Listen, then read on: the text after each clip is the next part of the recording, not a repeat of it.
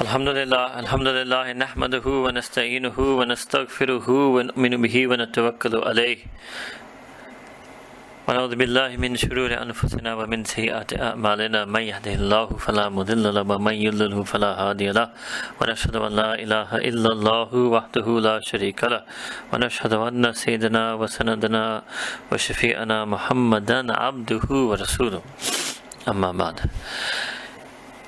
So inshallah tonight actually I will not be doing any Ramadan reminder because there's so many verses left that I wanted to cover in the second juz of Quran al-Kareem, including verses that will be specifically talking about the month of Ramadan. And then I will also finish up some aspects of Sayyidina Nabi Adam alayhi salam in the second talk, and then we will move on to discuss Sayyidina Nuh alayhi salam. So inshallah we will, I will be trying inshallah to do 15 juz this year in this month of Ramadan, covering selected verses of the first 15 juz of Quran. And if we remain alive and Allah Ta'ala gives us tawfiq, next year in Ramadan, inshallah we'll do the second half or the second 15 juz. So where we had left off with Surah Baqarah, and I had stopped at verse 177. So verse 177 is known as Ayatul Bir because of the very start of this ayah, where Allah subhanahu wa ta'ala says in Quran al-Kareem, A'udhu billahi minash shaitanir rajeem, Bismillahir Rahmanir Rahim, Laysal birra. So it is not bir an tuwallu wujuhakum qibla al-mashriqi wal-maghrib, merely that you turn your faces in worship towards the east and the west. So this is a general teaching Allah subhanahu wa ta'ala was mentioning, that piety isn't just about the direction in which you worship, but the historical context of the verse is that at that time when the believers, they had migrated and made hijrah to Medina Munawwara, they observed that the Jews were praying westward and the Christians were praying eastward and the Muslims were praying towards Makkah Mukarramah.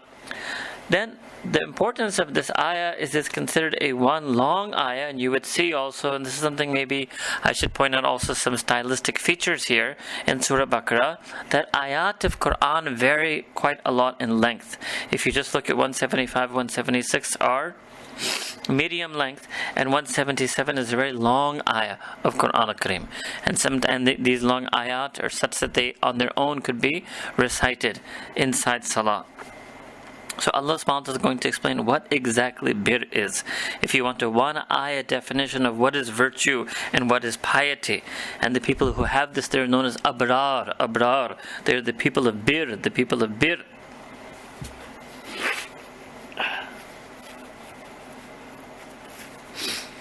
So, وَلَكِنَّ الْبِرَّ, however, piety, virtue, righteousness is to be found in whom? Man, any and every such person. Number one, آمَنَ بِاللَّهِ, that they have iman and belief in Allah subhanahu wa ta'ala. وَالْيَوْمِ الْآخِرِ, and the last day, means the whole concept of a hereafter, a concept of a day of reckoning, a concept of a day of judgment, a concept of something to live for. The last day, a concept of the finality of this world, that this world is not the be-all and end-all of our purpose of existence, and that there's going to be a day that comes after which we will actually begin our true life and our true purpose of existence. Wal malaika, and all of the angels. Wal kitabi, and here it's in singular, and other verses of the Quran it comes in plural, so it means in all the truly revealed scriptural revelations in books. Wal nabiyyin, and each and every single one of the true prophets of Allah subhanahu wa ta'ala ajmain.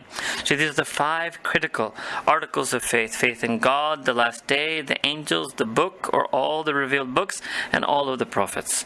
And the same list of five comes in a hadith. So you can say these are the five pillars of Iman, and the five pillars of Islam you already know, the first of which is Iman itself, and then Salah, Saum, Zakat, and Hajj. Okay, so that is the first aspect of being a person of bir. What's the next thing? Immediately after these core articles of belief, basically it means you can combine it all, that the first aspect of being a person of bir is to have iman. The second, وَآتَ الْمَالَ عَلَى حُبِّهِ, that they give away their wealth, their assets, the things of the dunya that they worked hard to earn and possess.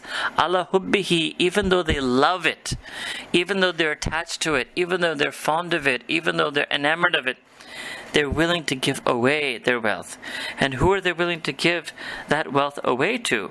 And this is something I did earlier for you when we did the selected verses from the first juz. Dhawil qurba, their near relatives, wal yatama, orphans, wal masakin, the destitute and very poor, wabna sabil, and the wayfarer. Now what does this mean? This means that if there's somebody who's a traveler, and because of the hardship of travel or the uncertainties of travel or something unpredictable that may happen to them when they're traveling, they need some financial support. It's not to give a wealthy traveler. It's a traveler who is in need because they're on a journey, so you can help them out. Wasa'ilina, and those who ask. وَفِي الرِّقَابِ, and those who were in the bond of slavery. And this is something that's a very long topic, but this is something that the Deen of Islam phased out by creating many, many rewards for emancipating and freeing slaves. So the concept of slavery was something that Islam inherited from pre-Islamic times. And the first thing that Islam did was to elevate at a maximum level the rights of the slaves and the treatment of the slaves, then to extremely strongly recommend the freeing of slaves, such that the people of piety and virtue over the course of a few centuries were able to then finally end 99.99% of aspects of slavery were ended in Muslim history. And then comes the acts of worship. So there's Iman, but before the acts of worship or ibadat comes this notion of sacrifice, this notion of empathy, this notion of feeling for the rest of humanity, this notion of feeling for the poor. And then comes salah. And the critical thing is that why is this sandwiched? Because the person who does this for the sake of Allah subhanahu wa ta'ala. So one is being good for the sake of being good. And more often people who claim they are good for the sake of being good, 90% of them are good because they like to view themselves as good and they want to be viewed by others as being good. Both of those things. So there's the ujub, there's a vanity and conceit, and then there's a pride and arrogance and riyah and ostentation and display. But the person who does good for this reason, that they're not doing it for creation to look upon them fondly or praise them. They're not doing it so that they can praise themselves and view themselves to be good. They're doing it only due to their iman in Allah subhanahu wa ta'ala and their iman in Yawm al-Akhir, and they also couple that with the ibadat that are following. And that is the most noble, virtuous type of charity and empathy for humanity. The empathy for humanity that is based on the fact that humanity is the creation of Allah subhanahu wa ta'ala. The empathy for humanity, the love for humanity, because they are the creation of Allah subhanahu wa ta'ala. And that is obviously something only a person of Iman can have. But then after this, then the ayah concludes with the different acts of worship. وَقَامَ الصَّلَاةَ وَآتَ الزَّكَاةَ. So they regularly, firmly establish their salah and they give their zakah. وَالْمُوفُونَ بِأَهْدِهِمْ إِذَا أَهَدُوا. And they completely fulfill and honor any covenants, pledges, pacts, contracts, deals they make any and every time, whensoever أَهَدُوا, they make such a pact or agreement.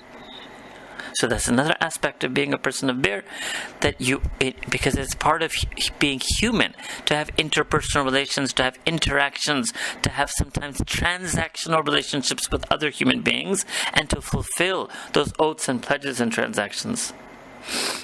وَالصَّابِرِينَ فِي الْبَأْسَاءِ وَالضَّرَّاءِ. So another aspect, and this has come before, that they endure with patience. What ba'sa'i and dharra'i? So ba'sa'i means a hardship, a suffering. And some of the commentators take that to mean specifically financial hardship. So you can say poverty or difficult times or financial uncertainty. And the second thing, dharra can refer to some non-financial hardship. It might be sickness, it might be, some other type of calamity. Wahin al-ba's, and hin al-ba's can be understood to mean a larger, stressful situation, a time of peril. Maybe they're refugees, maybe they're in a war-afflicted area, maybe there's some other disaster. So in a time of peril and disaster, so the verse is basically building up step by step. And who are the people of Bir? They're sabirin during any and all of these things. Any and every level, scope, scale of calamity, distress, test, trial, tribulation that comes upon them. They persevere in the iman. They persevere in all the things that came before. They persevere in their empathy for humanity. humanity and the poor. They persevere in their ibadat, their acts of worship, and they endure and they keep and they're happy and content and radi with Allah subhanahu wa ta'ala throughout.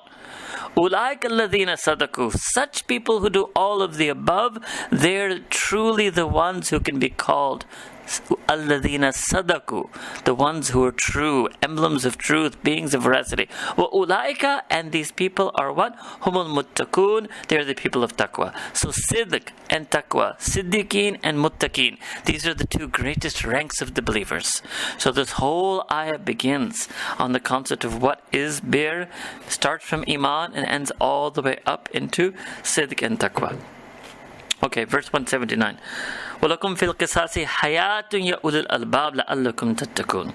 So I'm not going to talk about all the laws of qisas, but qisas is basically Islamic criminal law, especially the punishments for murder and maybe and other offenses. Now, here Allah subhanahu wa ta'ala uses a very interesting phrase. فِي الْقِصَاصِ, because qisas can include the capital punishment. Hayatun is actually life. Ya ulul albab, O people of understanding. Lub means a sublime, subtle understanding which is beyond just mere intellect and rationality. And there's a notion here that the criminal punishments are deterrents. And actually, the punishments create life, create safety, create justice, create sanctity by serving as deterrents for foul and evil behavior. So outwardly, apparently, qisas, if you take it to the ultimate level of capital punishment, is taking a life. But Allah subhanahu wa ta'ala is saying is therein you are actually preserving the sanctity of life, hayatun. And you're giving life and sanctity and safety to the community. So I wanted to highlight this verse simply for you to understand that the Islamic laws, the Sharia, is not some barbaric, na'udhu code of some ancient civilization. The Sharia is the most noble, pure, just, fair, equitable, humane way of life on earth. And that was guided, and we have been guided to it and taught it. And it has been revealed by Allah subhanahu wa ta'ala, who is the being of infinite knowledge, infinite wisdom, and infinite mercy. And then it was practically lived by Sayyidina Rasulullah sallallahu alayhi wa alihi wasallam, who is rahmatul lil alameen, who is the being of mercy for all the worlds. So ultimately it's a path of purity and mercy and nobility and justice and fairness and compassion. And that is the real understanding. And all of that brings about hayatun, brings about life for the community, will bring spiritual life to humanity. That is what Sharia is. Now verse 183 to 185 is going to be about Ramadan. Alright? So this is, you can consider this the Ramadan Nasiyah for tonight. Ya ayyuhalladhina amanu kutiba alaykum as-siyam kama kutiba alladhina min qablikum la'allakum tattaqun. That, oh, you have iman. Fasting has been prescribed upon you in the same manner in which it was prescribed upon those who preceded you. لَعَلَّكُمْ تَتَّقُونَ, so that you may finally attain taqwa. So one aspect of this is that there's a sense, again, of a greater spiritual community, of a continuing humanity, that we have a nisbah and a connection with previous religious communities who followed religions and prophets revealed by Allah subhanahu wa ta'ala, that they also had, it was a different kind of fast, but they had elements of fasting in their acts of worship. And the same way that they benefited from those fasts, we also are going to benefit from those fasts, and the goal of fasting is taqwa. And you often have to keep the goal in mind whenever you do anything. So it's not, sometimes people, they just fulfill the fast in order to fulfill the duty. That as far as I did it. Right? No, it's not enough just to fulfill the duty. There's a vision, a mission, a purpose, a goal, an objective. The fast is not an end in of itself. The fast is a means to the end of taqwa. And if people view fasting as an end of itself, then this is why Sayyidina Rasulullah sallallahu alayhi wasallam, he said in hadith that some people, they will only get hunger and thirst from their fasts. So in order to get taqwa, it means we have to abstain from immodest behavior, we have to refrain from bad character, we have to worship Allah subhanahu wa ta'ala, we have to obey Allah subhanahu wa ta'ala, we have to follow the sunnah of Sayyidina Rasulullah sallallahu alayhi wasallam.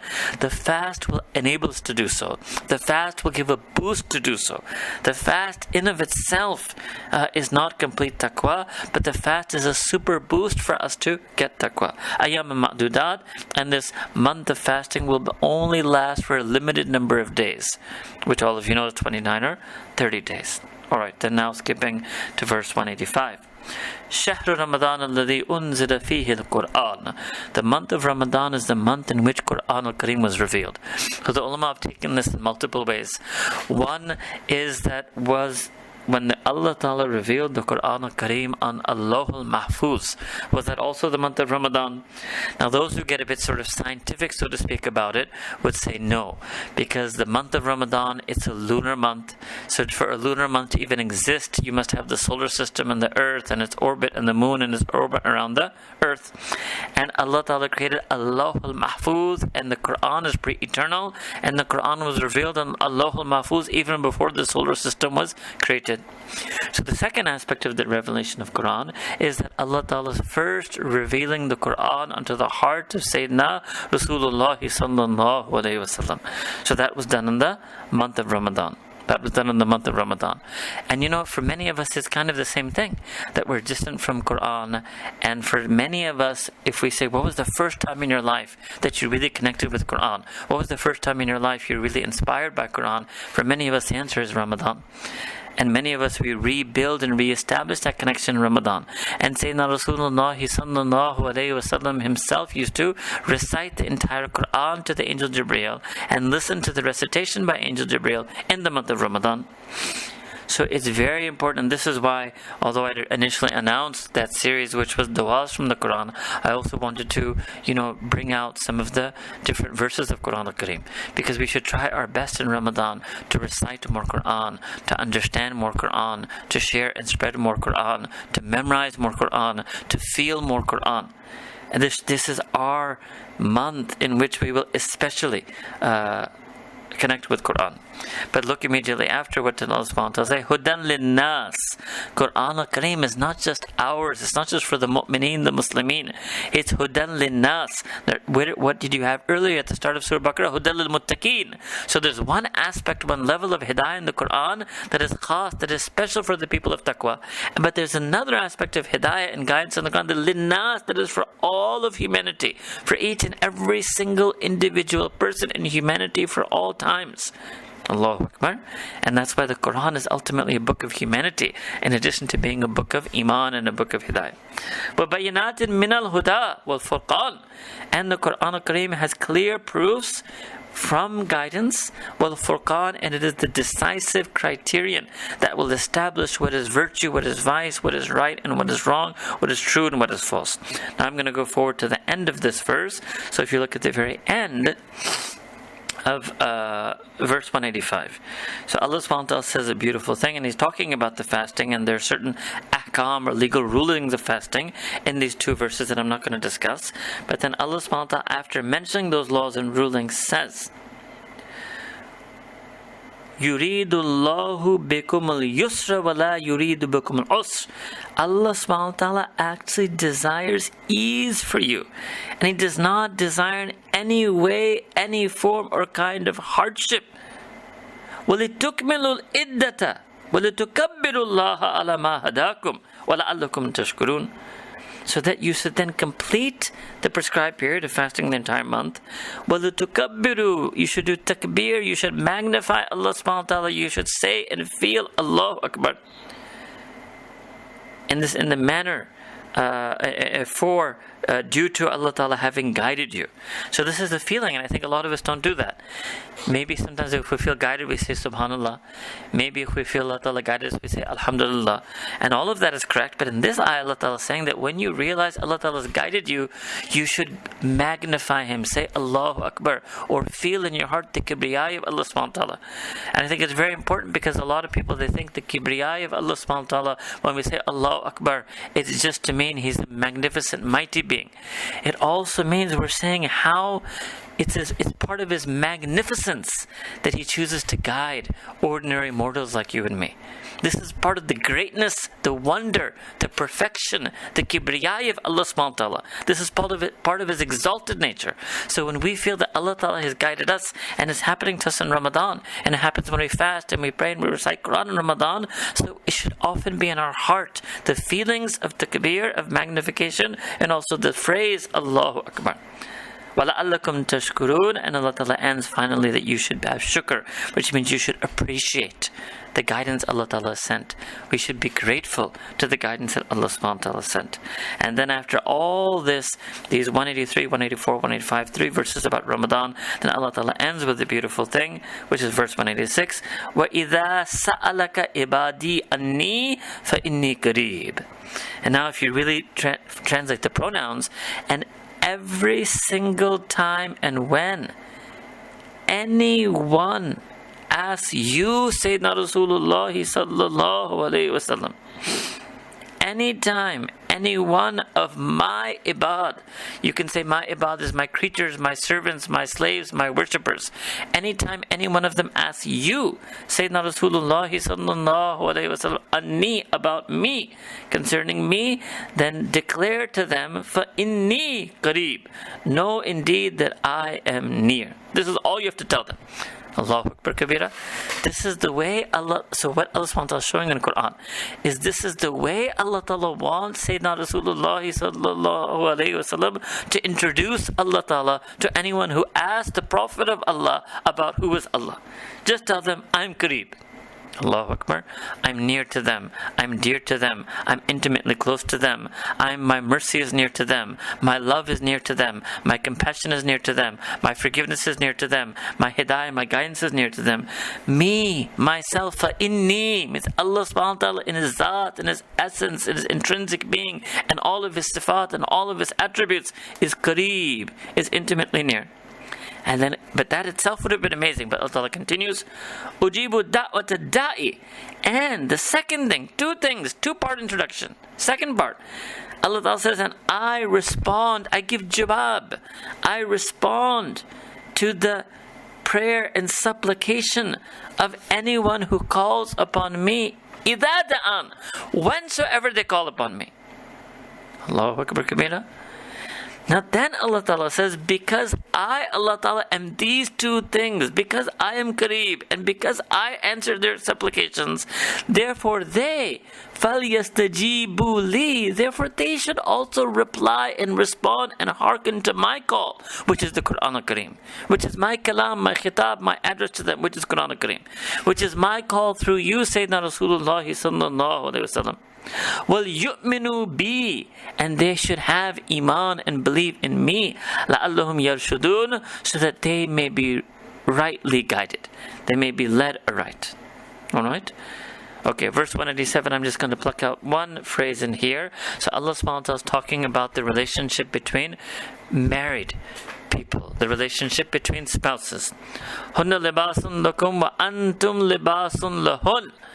So the women, the wives, are like a garment for you husbands, and you husbands, you are like a garment for them, yani for your wives.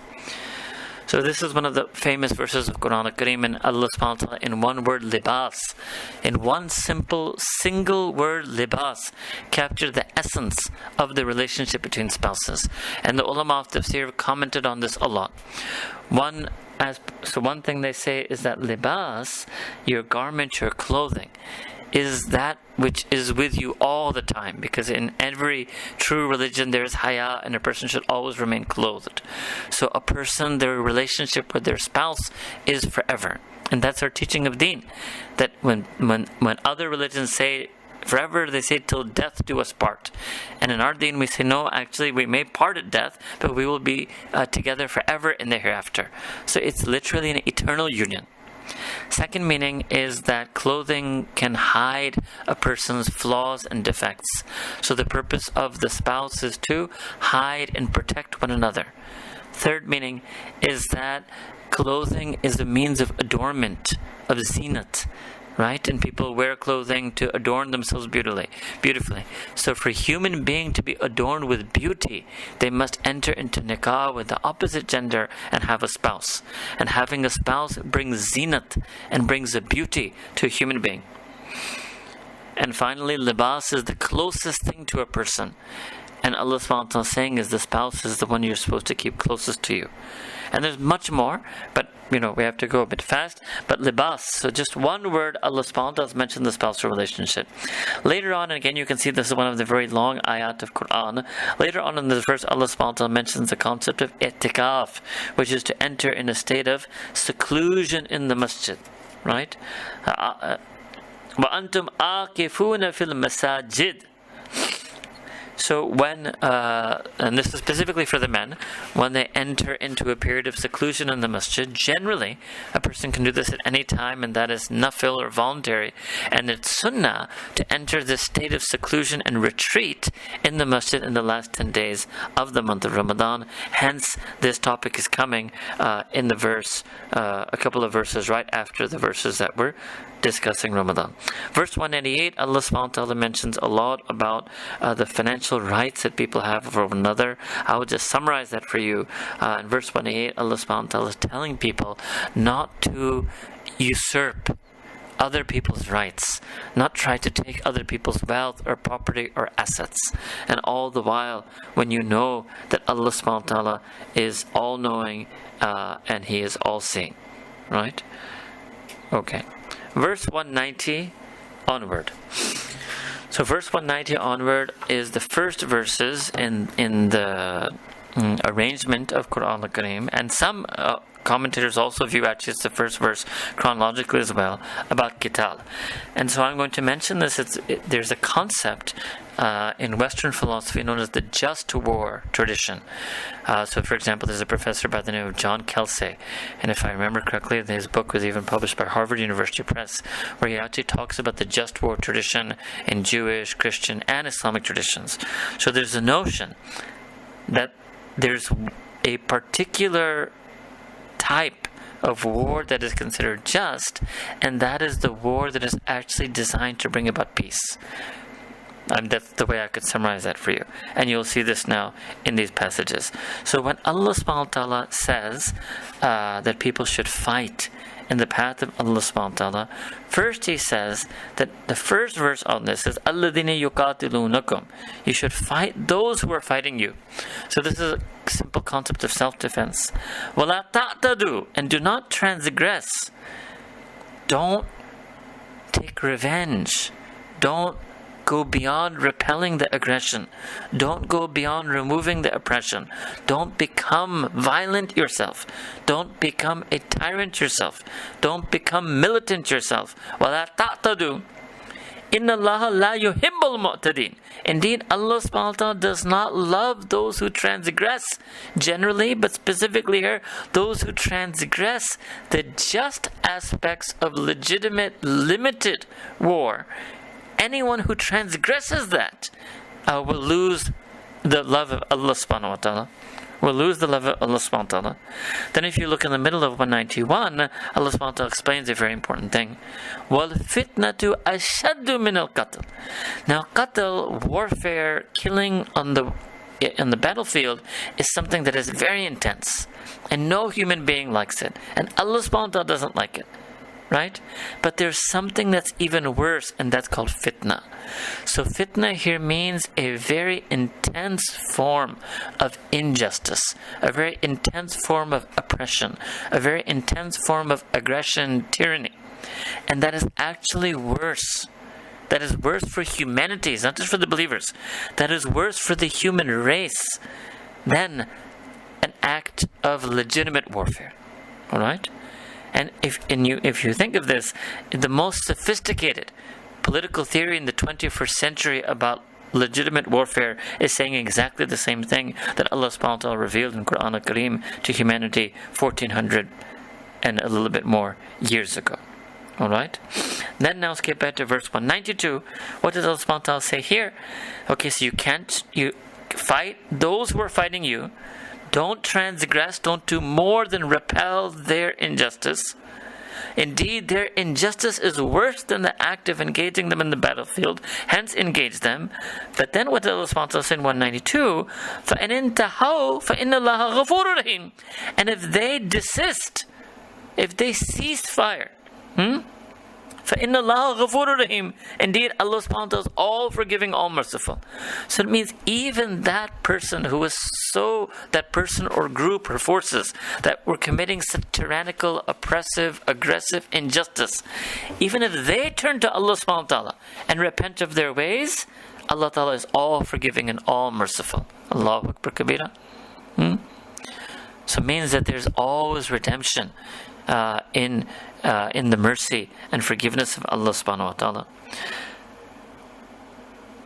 Alright. And then finally Allah subhanahu wa ta'ala says, وَقَاتِلُوهُمْ حَتَّى, because many people, they take parts of these verses, they pluck them out, they don't show the whole passage, the whole context. وَقَاتِلُوهُمْ, you cannot understand 193 without first understanding 190, 191 and 192. وَقَاتِلُوهُمْ, and engage them on the battlefield. حَتَّى لَا تَكُونَ فِتْنَةٌ, until there is no fitna left. Until and up to only that point and only to that extent that the oppression and injustice is removed. وَيَكُونُ الدِّينُ لِلَّهِ, and remember that the deen is only and only to be for Allah subhanahu wa ta'ala. Deen is only to be devoted for Allah subhanahu wa ta'ala. Means you must only engage in this for the sake of Allah subhanahu wa ta'ala, only to the extent that He has permitted, only according to the many guidelines that are in many passages of Quran and the hadith of Nabi Kareem sallallahu alayhi wa sallam. Right? And then again Allah subhanahu wa ta'ala says, فَإِنْ انْتَهَوْا, and if they desist, if they stop, if they cease, فَلَا أُدْوَانَ, you should not even have any enmity and hostility towards them.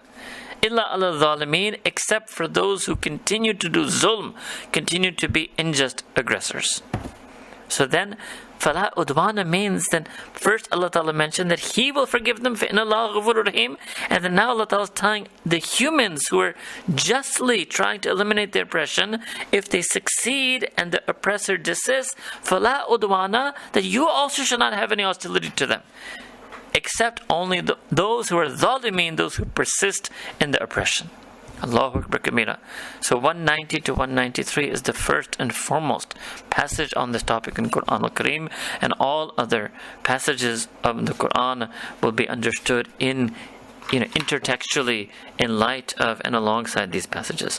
197 Allah, so I'm skipping now to 197. 197 Allah subhanahu wa ta'ala talks about Hajj, and I thought that was important to look at, and it's an important thing that Allah subhanahu wa ta'ala in the very first large surah, Surah Baqarah, after Surah Fatiha, Allah Ta'ala is talking about Ramadan. He's going to talk about Hajj.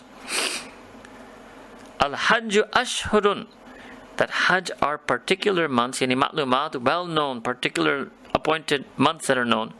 فَمَنْ فَرَضَ فِيهِنَّ الْحَجَّ, and whomsoever undertakes in those particular known months the journey of Hajj, three things they should not do. فَلَا رَفَثَ وَلَا فُسُوكَ وَلَا جِدَالَ فِي الْحَجِّ. Now, this is a commandment specifically for Hajj, but it's also a general teaching for us. It can also be something that we use in this month of Ramadan.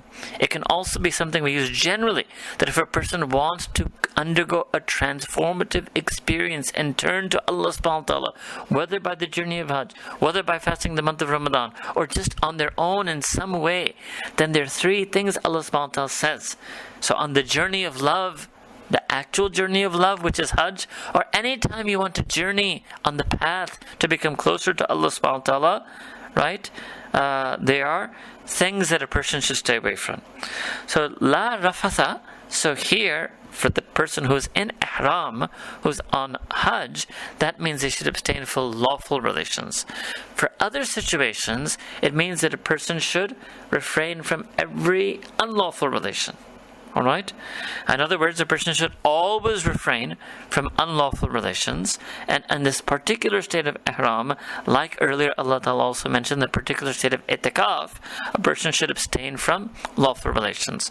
Now, other religions, they misunderstood this, and they thought that a whole life should be spent in celibacy. And so the Roman Catholic Church, Hindus, and so these are the two largest religions along with Islam. Islam, Christianity, and Hinduism are the three religions on earth that at least claim to have 1 billion plus adherents. So in our deen, there's no concept like that. Yes, there's only two cases, and that's only for a very limited time. the last 10 days of Ramadan, not for everyone, but only for those men who sit in sunnah itikaf in the masjid. Then for them in those 10 days, they will not have lawful relations. And then in the month of Ramadan, for anyone and everyone who is lawfully in a nikah, for part of the day, which is from the Fajr to Maghrib, but not from Maghrib to Fajr, and that was what had come before. And finally, then for the person who was in the state of Ihram. So what happened was there's a slight element of truth to this, and it's equal for men and women. Equal for men and women, that for a very limited, short, small period of time, for maybe it's probably less than 2% of a person's life, one would abstain from the lawful spousal relation in order to focus on Allah subhanahu wa ta'ala. But this is not meant to be a way of life. And there's no concept of lifelong perpetual celibacy in Islam. So this shows the perfect i'tidal, the perfect balance and equilibrium of the true deen of Islam. Second, wala fusuqa. Fisq and fusuq in Arabic means an open act of rebellious sin. When a person does a sin, disobeys Allah subhanahu wa ta'ala knowingly, willfully, openly, brazenly, unrepentantly, unabashedly, that's called fisq and fusuq. So obviously if a person's on Hajj, or obviously in a person in Ramadan, or obviously in any state, a person cannot engage in such things. And the third thing, wala jidala. And jidal means to quarrel, to argue, to fight, to debate. And there may be, certain legitimate aspects to this, but they must be done with a lot of adab and a lot of good manner, a lot of ikhlas, with sincerity, with humility. But in extreme situations like in ihram and hajj, even that you don't want to do. And again, if you remember, some of you will recall this hadith of Sayyidina Rasulullah sallallahu alayhi wa sallam, that if in the month of Ramadan anybody tries to engage you in a debate, you should simply say, Ana sa'im, I'm fasting. So the same concept of wala jidala that is here mentioned in Quran for Hajj is mentioned in the hadith of the Prophet sallallahu alaihi wasallam for Ramadan. So that's what I wanted to touch on this, so we learn, right, that for moments, for certain hours, not even full 24 hours, we should become so lost in the love for Allah subhanahu wa ta'ala that maybe we even forget our basic needs. But at the same time, within those same 24 hours, Allah Ta'ala will then allow us to eat and drink, etc., so that we humble ourselves and we acknowledge our humanity and we accept with gratitude the bounties and blessings Allah subhanahu wa ta'ala has given us. And if we want to come closer to Allah subhanahu wa ta'ala, no fusuq, no disobedience. And third, we cannot argue and have debates with members of creation. Alright?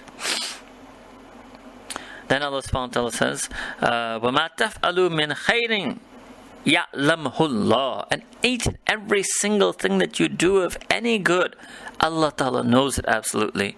وَتَزَوَّدُوا فَإِنَّ خَيْرَ الزَّادِ التَّقْوَى.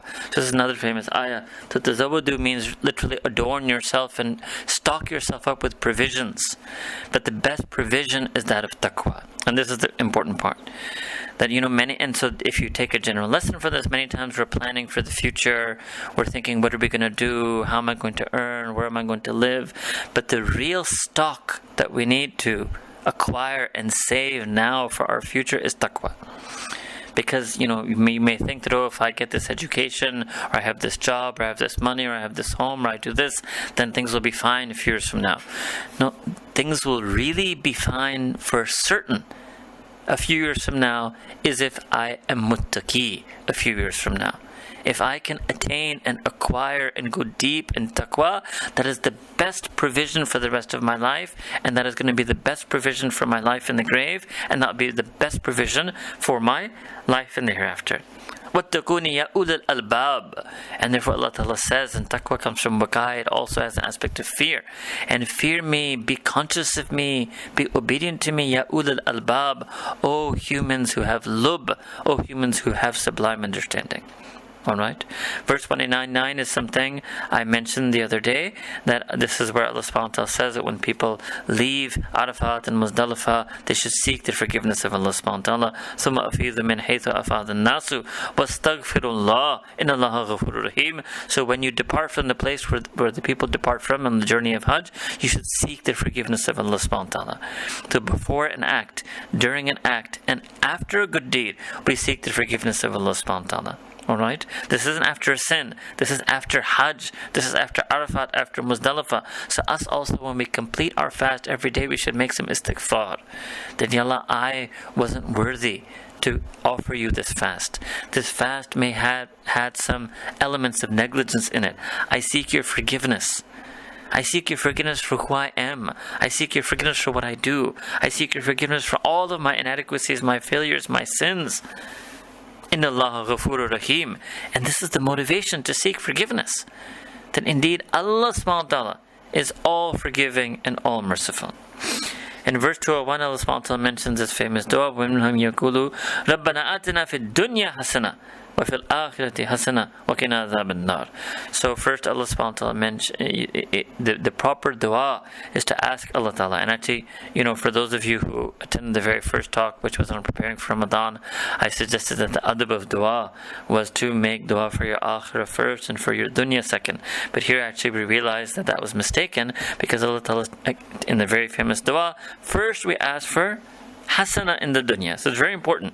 What we're asking for are the hasanat of the dunya, the virtuous, noble things of the dunya. Some ulama have even interpreted this just to mean a'mal as-salih and deen. Right? That what is there that is of worth and beauty and nobility and excellence in the dunya, other than the acts that are pleasing to Allah Ta'ala and earn and attract His pleasure? Some have, though, allowed it to mean the lawful and permitted worldly material bounties and blessings of this world. وَفِي الْآخِرَةِ حَسَنًا, and obviously that we want all the virtues and blessings and nobilities and excellences of the hereafter. وَقِنَا عَذَابَ النَّارِ, and we beg Allah subhanahu wa ta'ala to save us and protect us from the punishment of the fire of Jahannam. Okay, go ahead to verse 206. Here Allah subhanahu wa ta'ala, there's a long context here, and this whole narrative up to, and the few verses before and leading up to 206 is about a particular individual, but I don't have time in this very short, abbreviated, selected discussion of verses of the Jews to explain all of that. But here in verse 206, Allah subhanahu wa ta'ala mentions a motivation and reason why sometimes people sin. And I thought that was very important. وَإِذَا قِيلَ لَهُ اتَّقِ اللَّهَ, and if it is said to him, and just don't worry for the moment who that him is, because it's a general teaching, if it's said to a person who is sinning against Allah subhanahu wa ta'ala, fear Allah subhanahu wa ta'ala, ittaqi Allah, fear Allah subhanahu wa ta'ala, desist from your disobedience of Him. What happens? أَخَذَتْهُ الْإِزَّةُ بِالْإِثْمِ. أَخَذَتْهُ الْإِزَّةُ بِالْإِثْمِ. And I thought this was very important, because this is Allah subhanahu wa ta'ala teaching us in Quran why a person falls into this delusion. Why do they commit a sin? So, izzat, it means sort of vain glory, pride, arrogance, conceit seizes him, overwhelms him, and drives him to commit sin. فَحَسْبُهُ Jahannam, and such a person, they will end up in the fire of Jahannam. So it means that it's not just the nafs and desire. Sometimes a person sins due to pride and arrogance and conceit and vanity. And again, humility is the cure for this. Humility is the cure for this. Alright? But immediately afterwards, in 207, Allah subhanahu wa ta'ala says a beautiful thing. If you look at the end, وَاللَّهُ رَؤُوفٌ بِالْعِبَادِ, and Allah subhanahu wa ta'ala is ra'uf, tenderly kind and loving, bil-ibad, to all of His creatures and servants and slaves. Verse 208, يَا أَيُّهَا الَّذِينَ آمَنُوا اذْكُرُوا فِي السِّلْمِ كَافَةً. O you who believe, you should enter silm. So silm means submission to Allah subhanahu wa ta'ala, kafatan, completely, sufficiently. وَلَا تَتَّبِعُوا خُطُوَاتِ الشَّيْطَانِ, and don't follow the footsteps of shaitan. إِنَّهُ لَكُمْ عَدُوٌّ مُبِينٌ, indeed he is a clear and open manifest enemy to you. So what does it mean? Shaitan, he was on Islam but not sufficiently. He did have iman but not enough. He did do ibadah, but it didn't lead to being humble. So he didn't complete the mission. And because he failed to complete the mission, he made that gross mistake. So Allah Ta'ala is teaching us here in Quran that it's not enough to be a lukewarm believer, to be a moderate believer. There's a big deception that people have today, and it's a deception that comes from secularism, a notion that you have to balance deen and dunya in this strange way. That means you have to temper your deen, you have to lose your passion in deen, you have to be moderate in deen. Don't go too deep in deen, don't go too far in deen, don't be so intense in deen, don't be so passionate in deen. So this one verse is the negation of all of this. Ya ayyuhalladhina amanu udkhulu fis silmi kaffah. That you have adopted Iman, you must enter into submission deeply, sufficiently, deeply. And so this is, alhamdulillah, on one of the barakat of Ramadan, that Ramadan comes to help us make that journey deeper into deen. Go to verse 212, the end of verse 212, Allah subhanahu wa ta'ala says, Wallahu yarzuqu man yasha'u bighayri hisab. Allah subhanahu wa ta'ala can bestow upon a person without any hisab. So hisab, one meaning of that is without measure. It also means without any way they could calculate, any way they could fathom, any way they could have planned that rizq from coming. So Allah subhanahu wa ta'ala has the power to bestow upon people. It can mean financial risk, it can mean spiritual risk, it can mean any and all types of bounties and blessings from a place and a manner where a person could never understand. Verse 213, Allah subhanahu wa ta'ala talking about humanity. Kana nasu ummatan wahida. All of humanity was but one ummah. All of humanity was but one ummah. So what does this mean? We're all from the descendants of Nabi Adam alayhi salam. Some of the ulama said that this is, because it's in the past tense, this is referring to original humanity. You need the original community from the time of Adam alayhi salam to Nuh alayhi salam. They were all one ummah. And then human beings, they multiplied in terms of population, they spread across the earth, and then they ended up in different communities, and then Allah subhanahu wa ta'ala sent فَبَعْثَ اللَّهُ النَّبِيِّينَ مُبَشِّرِينَ وَمُنذِرِينَ. And Allah ta'ala then raised up from amongst them prophets who were bearers of glad tidings and also warners. Alright, so this is a bit of if you want, and you can look at this verse some more on your own, it's a bit about, you can think the history of humanity and the history of prophets. Alright, verse 214, in the middle of that, there's a very famous teaching here. Allah subhanahu wa ta'ala is telling us, originally Allah ta'ala is telling Sahaba Ikram radiallahu ta'ala anhu, and then telling through them, by extension Quran, to every one of us in the Ummah, that even previous communities faced a lot of hardship and trial and difficulty. And in fact, they face so much hardship and trial and difficulty. Massathumul ba'sa'u wal-dharra'u, and I explained to you what those two things were earlier.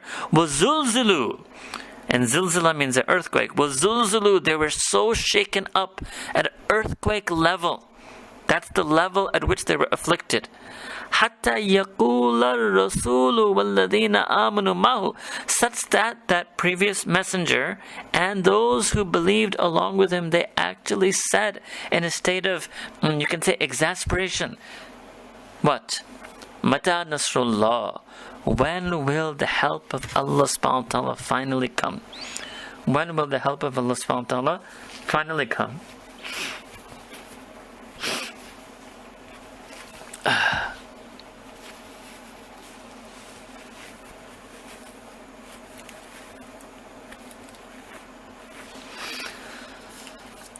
Some of the ulama of tafsir have also mentioned that this may not be referring to a previous messenger, but this is actually referring to Sayyidina Rasulullah sallallahu alayhi wasallam and the Sahaba Ikram radiallahu ta'ala ajma'in in the early period when they were in Makkah Mukarramah before Hijrah. Alright? Either way, the notion is that even the Anbiya and the righteous believers who are the companions of a prophet can be tested so much at an earthquake level that they even call out Mata Nasrullah, and when they reach that level, then immediately Allah subhanahu wa ta'ala answers, Allah inna nasrullahi qareeb, that unquestionably indeed the help of Allah subhanahu wa ta'ala is imminently near. And many of the ulama and mashayikh, they would suggest that a person should read this sentence repeatedly. And again, like I mentioned to you yesterday, not read it repeatedly just to repeat the words, but if they're faced with a difficulty or calamity and they don't see any way out, they should read it repeatedly to dwell upon the meanings and keep feeling the meanings and have certainty in their heart then that Allah subhanahu wa ta'ala's help indeed is near and imminent. In verse number 216, Allah subhanahu wa ta'ala mentions, although it's about a specific thing, but a general teaching. And what is that general teaching? وَأَسَىٰ أَن تَكْرَهُ شَيْئًا وَهُوَ خَيْرٌ لَكُمْ. It's quite possible that you dislike something, but it's actually khair, it's actually better and good for you. وَأَسَىٰ أَن تُحِبُّ شَيْئًا. And it's possible that you love something, you're fond of something, وَهُوَ شَرٌ لَكُمْ. But that which you love is actually bad for you. وَاللَّهُ يَعْلَمُ. And Allah subhanahu wa ta'ala knows, وَأَنْتُمْ لَا تَعْلَمُونَ. And you don't know. So this is a very important rule. This is what it means to submit. So Islam doesn't mean I will study Islam and I will understand Islam, and if I agree with it, then I will follow it. No. There will be things that maybe you might not understand fully. There may be things that you understand partially. There may be things that you understand fully, but after understanding it fully, you dislike it. So this is what Allah subhanahu wa ta'ala is saying, that it may indeed be the case that you dislike something, but it's actually good for you. And there may be some things that you love and you're fond of and you don't want to stop doing them, but they're actually bad for you. And this is the beauty of having Allah subhanahu wa ta'ala in our life, that He, with His infinite knowledge and wisdom and His infinite mercy and compassion and infinite guidance, is going to tell us these things. That's why He sends Quran. That's why He sends Sayyidina Rasulullah sallallahu alayhi wasallam. And this is what He's reminding of us in this verse. Okay, now if you go up to verse 217 in the middle, again Allah Ta'ala mentions something that we had done before. Earlier Allah Ta'ala said that fitna was what? Ashaddu min al-qatl. Here Allah Ta'ala will say, wal fitnatu akbaru min al-qatl. So again it's talking about the legitimate act of fighting oppression and injustice. Why? Because fitna, tyrannical oppression and injustice, akbaru, is a greater evil, min al-qatl, than killing. Alright? Okay, verse 219, something similar to what we just did. Another important rule, which is what? So that they will ask you, Nabi Kareem sallallahu alayhi wasallam, about khamr and maisir, which means intoxicant beverages, liquor, alcohol, and, or really any intoxicant substance, and gambling and games of chance and speculation. Qul, proclaim to them, beloved Messenger sallallahu alaihi wasallam, in these two things, fihima ithmun kabirun, that there is great sin, wa manafi'ul linnas, and there's also some benefit for people. So this is a very important thing to understand this. What? Wa ithmuhuma akbaru min naf'ihima. But the sin and the foulness and the profanity, that would be a better way to say this, the foulness and profanity of both of these things, of liquor and gambling, is akbaru, greater than their benefit.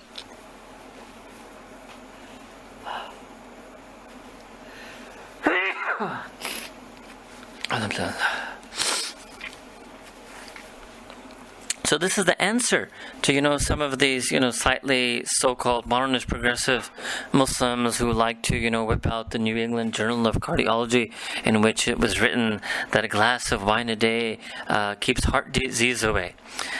So we say, Allah Ta'ala has already said this in Quran, wa manafi'u linnas, that there is some benefit in it, but its foulness, its profanity, its harm, its detriment, its sin is akbaru, is greater than its benefit.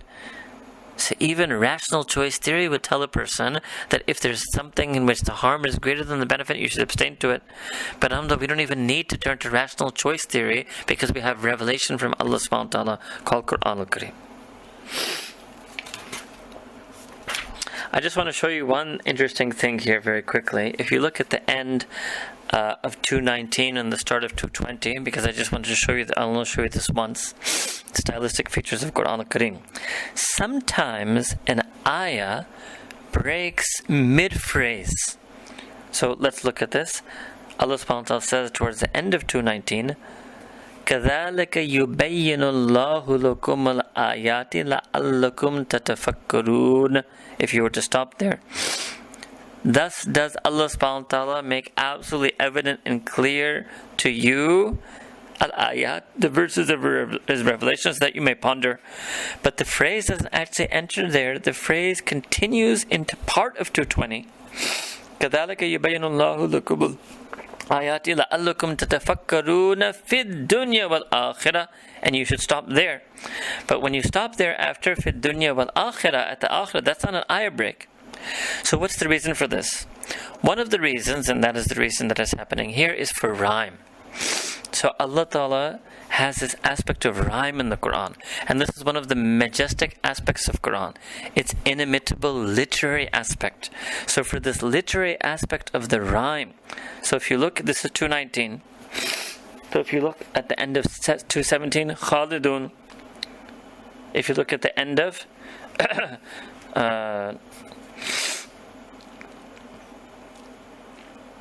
where did it go? Yeah, if you look at the end of 217, it's Khalidun. And if you look at the end of 216, La Ta'lamun. So, un. Then that is prefaced and followed by two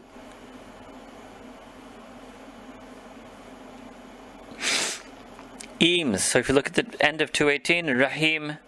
And if you look at the end of 215, Alim. So 215 and 218, Alim, Rahim. 216 and 217, 216 and 217, La Ta'lamun and Khalidun. So im, un, im, and then back to un here, back to un in 219. The ending is tatafakkarun. So this is why sometimes these ayah breaks are based on the rhyme, and that is because the Quran is also recited. It's qiraat. So the Quran has another aspect to it. It's recital. And in terms of its recital, sometimes people will pause here. Other reciters who focus more on the meaning, they will continue. So when they recite, they will say, لَعَلَّكُمْ تَتَفَكَّرُونَ فِي الدُّنْيَا وَالْآخِرَةِ. Some will pause, لَعَلَّكُمْ تَتَفَكَّرُونَ فِي الدُّنْيَا وَالْآخِرَةِ. Alright? But this is an interesting thing anyway for when you're studying, especially those who are maybe don't understand Arabic and so have to study Quran through some type of translation. It's something for you to be watchful over, because many times the translation doesn't make it clear that the sentence and the meaning is continuing between two ayahs. Khair. That's the only time I will show you that. Verse 221. 221 at the end, Allah subhanahu wa ta'ala says a very beautiful thing. At the end of verse 221, Wallahu yadu ilal jannati wal maghfirati bi'idhnihi. And Allah subhanahu wa ta'ala, and it's after a long thing, and Allah subhanahu wa ta'ala is calling you, is inviting you, is doing da'wah to you. To what? To Jannah. Allah Ta'ala wants you to come to Jannah. Wal maghfirati bi'idhnihi, and He wants you to come and attain His forgiveness bi'idhnihi, with His permission. Wa yubayyinu ayatihi linnasi la'allahum yatadhakkarun. And how does Allah Ta'ala invite? And how can we hearken to that invitation? And how will we get that Jannah and that maghfirah? Allah Ta'ala makes evident and clear and manifests to you the verses of His revelation for who? Linnasi. Again, humanity. For all of humanity. La'allahum yatadhakkarun. So that all of humanity yatadhakkarun would take nasiha, take guidance, they would take heed, they would benefit from this. Allahu Akbar.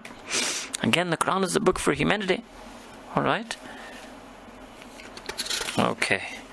We were taking a bit of time. Verse 229, there's a lot of verses here now on divorce. I'm not going to have time to discuss the ahkam of divorce. I just want to show you two things.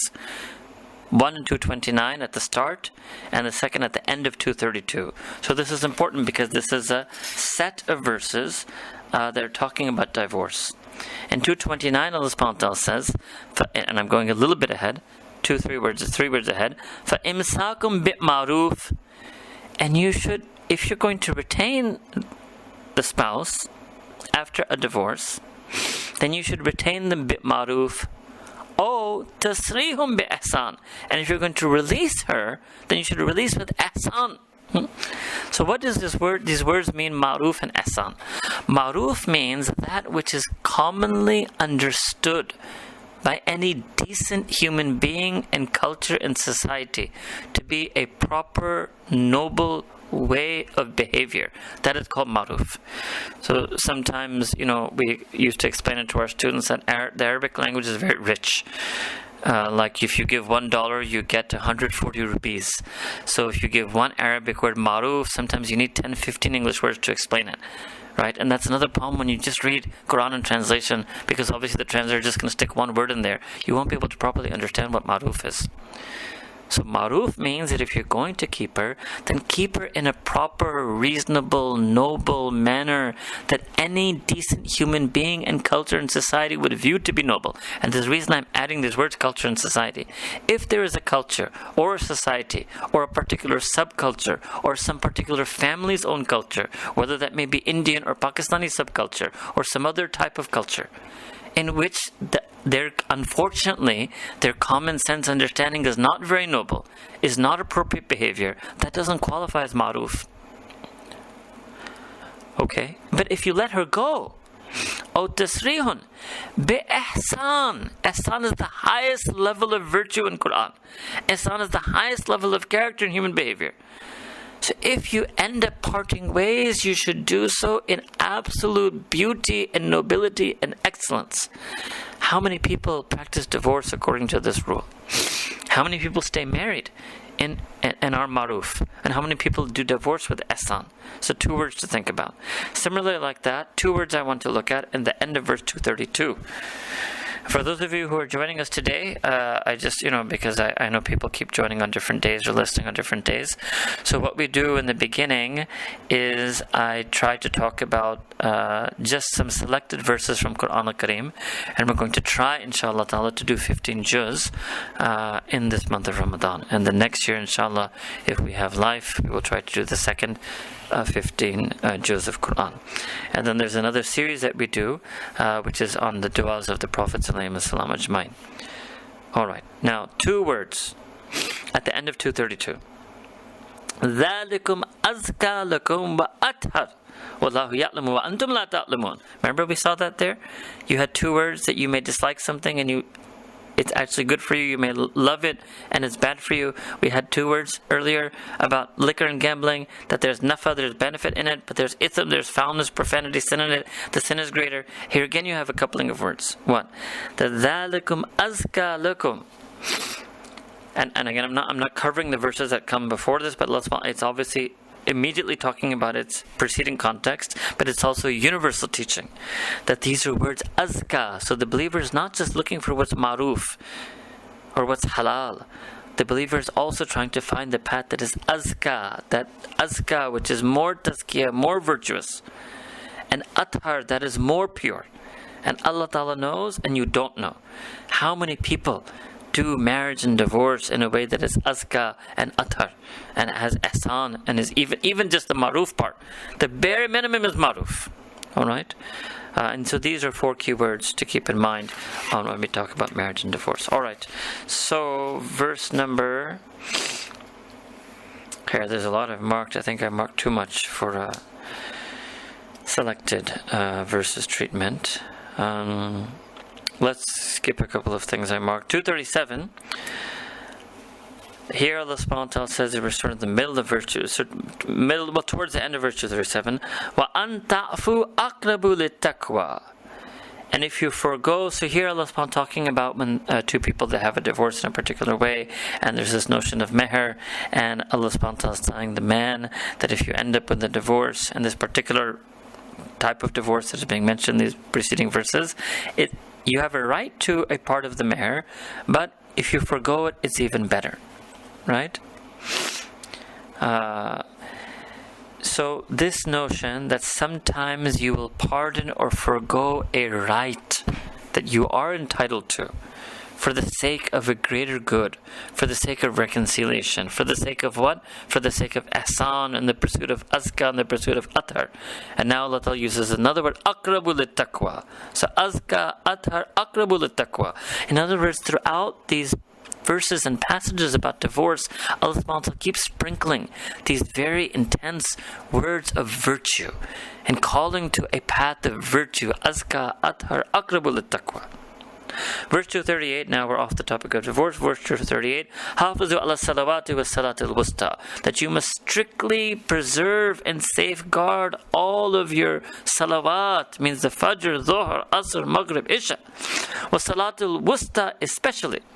So what is salatul wusta? Some of the ulama viewed that to be asr, sort of looking at the solar pattern. So asr is in between, fajr, maghrib 2 before it, fajr, dhuhr 2 before it, maghrib, isha 2 after it. Others viewed salatul wusta to be Fajr, looking at the start of the Islamic day. So the new date starts with Maghrib. So Maghrib Isha 2 before, and Dhuhr, Asr 2 after. So the middle then would be Fajr. So either way, we will try to do both. It means that sometimes people neglect Fajr Salah, and sometimes people neglect Asr Salah. Fajr Salah because they're busy sleeping, and Asr Salah because they're busy whatever, working or doing what they do. وَقُومُوا لِلَّهِ قَانِتِينَ. And what you should do, what should you do in Salah? Once you have regularly established the Salah, safeguarded, وَقُومُوا لِلَّهِ قَانِتِينَ. Stand in front of Allah subhanahu wa ta'ala, qaniteen. Qaniteen means, the closest English words that they use for this is devout, obedient, penitent. It's like it's combining zikr with awe. That you stand in front of Allah subhanahu wa ta'ala in a state that you're remembering Him, but you're also humbled in awe of Him. And that's the feeling of qiyam. Okay, the feeling of sajda, sujood is qurb. The feeling of qiyam is this sort of devout, penitent, obedient, awe, reverence. And because both of these are feelings we're supposed to have for Allah subhanahu wa ta'ala, this is why Allah ta'ala put both positions inside the salah. And that's too long to go into tonight, but some of the ulama have had a beautiful, long discussion on what's afdal, what's better in your salah, to prolong your qiyam or to prolong your sujood. And they give so many reasonings for both sides. So both of these positions, long qiyam and long sujood, are special, and it's important for us to understand that. So again, sajda is qurb. You feel intimate nearness to Allah ta'ala. You say Subhana Rabbi, He's my Rabb. You're pressing your forehead down, you're feeling close to Allah subhanahu wa ta'ala. And qiyam is you're from the qaniteen. You're feeling an awe and reverence, but you're standing in love for that being that you feel awe and reverence for. So that's the concept of devotion, that you're utterly devoted to that beautiful, wondrous, amazing Allah subhanahu wa ta'ala, who you are humbled in front of Him in your awe and reverence for Him. Alright, verse 239, this is one of the verses that is used to establish the authority of the Sunnah, because Allah subhanahu wa ta'ala mentions first how you should pray in Jama'ah if you are in a state of war and you fear the enemy. And then finally Allah ta'ala says, فَإِذَا أَمِنْتُمْ. And when you again acquire sanctity and security, means you're not in that state, فَاذْكُرُوا اللَّهَ كَمَا أَلَّمَكُمْ مَا لَمْ تَكُونُوا تَعْلَمُونَ. Then you should remember Allah Ta'ala, and pray salah to Allah Ta'ala in the way that He taught you. And He taught you that which you did not know. Where is Allah Ta'ala in the Quran taught exactly how to pray salah? He hasn't. He taught Sayyidina Rasulullah sallallahu alayhi wasallam, and Sayyidina Rasulullah sallallahu alayhi wasallam taught the Sahaba.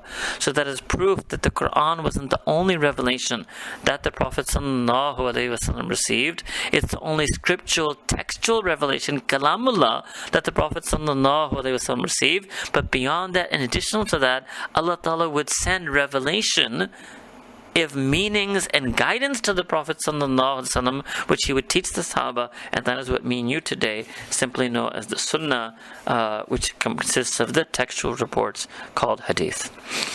242. كَذَلِكَ يُبَيْنُ اللَّهُ لَكُمْ آيَاتِهِ لَعَلَّكُمْ تَعْقِلُونَ. Thus does Allah subhanahu wa ta'ala make evident and clear to you the verses of His revelation, so that you may use your aql. Alright? So there is a use of the aql. But the aql was given to us not to philosophize. The aql was given us to understand Quran al-Kareem.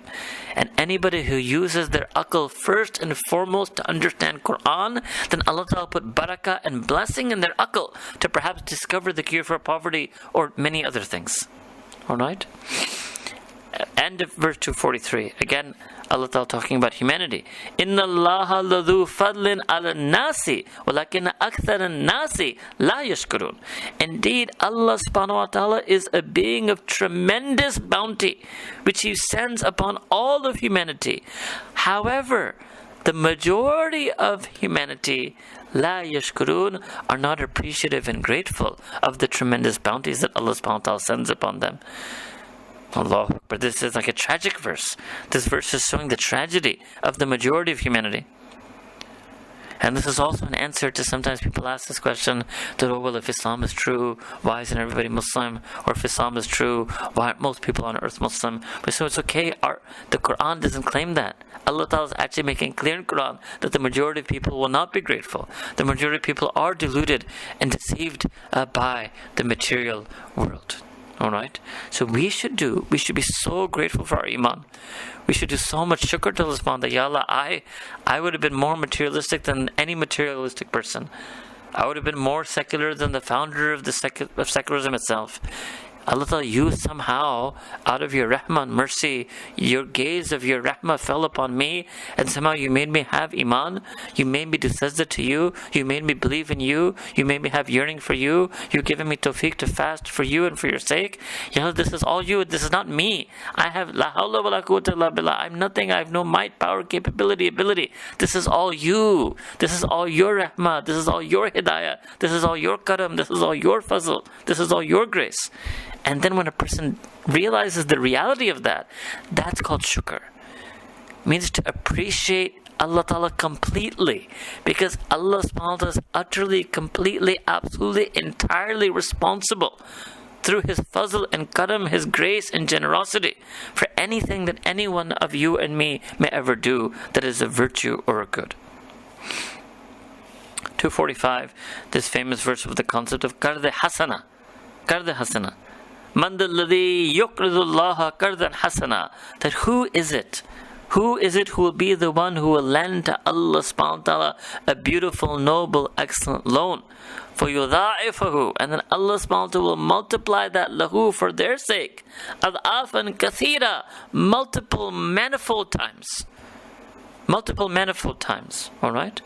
So khair, wallahu yakbidu wa yabsutu. And Allah subhanahu wa ta'ala alone is that being who can withhold, withdraw, restrict material sustenance. And He is the sole being ultimately who can grant abundance and expand a person's material sustenance. And to Him, to Allah subhanahu wa ta'ala, ultimately, every one of you will all be returned. 247, Allah subhanahu wa ta'ala says in Quran, I think we're almost there. 247, end of 247. Wallahu yu'ti mulkahu man yasha. Wallahu wasi'un alim. Allah subhanahu wa ta'ala bestows kingdom, His kingdom. So this is very interesting. All kingdom is Allah subhanahu wa ta'ala's. Dominion, sovereignty in any sense, in any meaning, in any capacity, at any scale. All belongs to Allah subhanahu wa ta'ala. He may temporarily bestow somebody and make them the caretaker of that dominion. If it's a head of household or it's the head of state. Man yasha, Allah Ta'ala does that to whomsoever He wills. But wallahu wasi'un alim.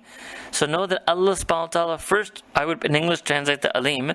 Know that Allah subhanahu wa ta'ala is all knowing and His knowledge is all encompassing. Know that Allah subhanahu wa ta'ala is all encompassing knowledge. So what it means is that even if you have been temporarily been given any kind of authority over someone, maybe as a parent, as an employer, as a manager, as a civil servant, as a governor, right? As a scholar, anything. That is just a temporary bestowal, and actually all mulk belongs to Allah subhanahu wa ta'ala. And when He temporarily bestows any such authority on any such individual, Allah subhanahu wa ta'ala is completely all-encompassing, knowing and aware of how that person carries out or fulfills or utilizes or na'udhu billah al-aman al-fiz, misuses that authority. Okay, verse 249 towards the end. And again, I'm plucking out certain things of these verses. This is a beautiful also concept that comes a lot in Quran, but is coming, I think, for the first time here so far. قَالَ الَّذِينَ يَظُنُّونَ أَنَّهُمْ مُلَاقُو اللَّهِ. And those people who they're always thinking, it's sort of in their mindset, it's in their zan, it's in their, the word is zan, but it really means that they're certain. They're always, it's in their zan, it's in their awareness, in their consciousness, in their understanding. They're cognizant of what? That annahum mulaqullah, that indeed they are going to meet Allah subhanahu wa ta'ala. They're going to meet Allah subhanahu wa ta'ala. So this is another way of life.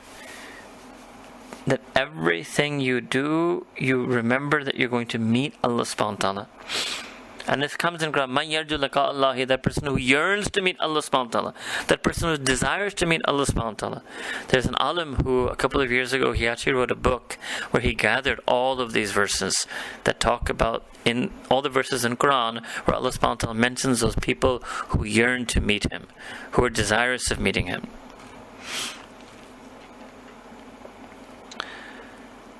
Khair.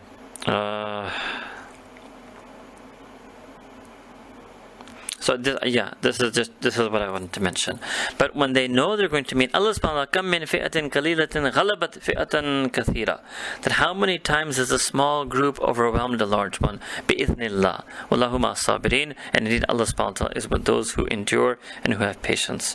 So what it means is that when they are so certain and constantly consciously aware and cognizant that they're going to meet Allah subhanahu wa ta'ala, they get so much yaqeen, they get tawakkul on Allah subhanahu wa ta'ala, that they even know that a small company can overwhelm a large one. And the last verse we do for today is the last verse of the second juz, which is verse number 252. Tilka ayatullahi natluha alayka bil haqq. And these are the verses of the revelation of Allah subhanahu wa ta'ala. And Allah ta'ala says that I, in my essence and in all of my might and majesty and attributes, recite these verses alayka, upon you, Sayyidina Rasulullah sallallahu alayhi wa sallam, bil haqqi, with absolute truth. Wa innaka, and indeed you, Sayyidina Rasulullah sallallahu alayhi wa sallam, la min al mursalin. So what does this mean? It means Allah Ta'ala was doing tasalli. Allah subhanahu wa ta'ala was consoling, in a sense, if you will, Sayyidina Rasulullah sallallahu alayhi wa sallam. In what sense? That your people don't accept you as masses of your people. Some of your uncles, some of the Quraysh, some of the Ahl Mecca, the people of Taif, did not accept you as a messenger. But Allah Ta'ala is saying, wa innaka lamin al-mursalin. But that's enough. And that would be enough for the heart of the Prophet sallallahu alaihi wasallam, that Allah Ta'ala selected me to be His messenger. And obviously Sayyidina Rasulullah, because this is a later revelation, obviously Sayyidina Rasulullah sallallahu alaihi wasallam knows this, but Allah Ta'ala keeps repeating it to him. If you will, Allah subhanahu wa ta'ala testifies to the nubuwah and risala, to the prophethood and messengerhood of the Prophet sallallahu alaihi wasallam over and over again in Quran. And what that means is over and over again across the 22 years of the seerah, constantly testifying to his messengerhood. All right. Alhamdulillah wa akhirun da'wana and alhamdulillahi rabbil alamin.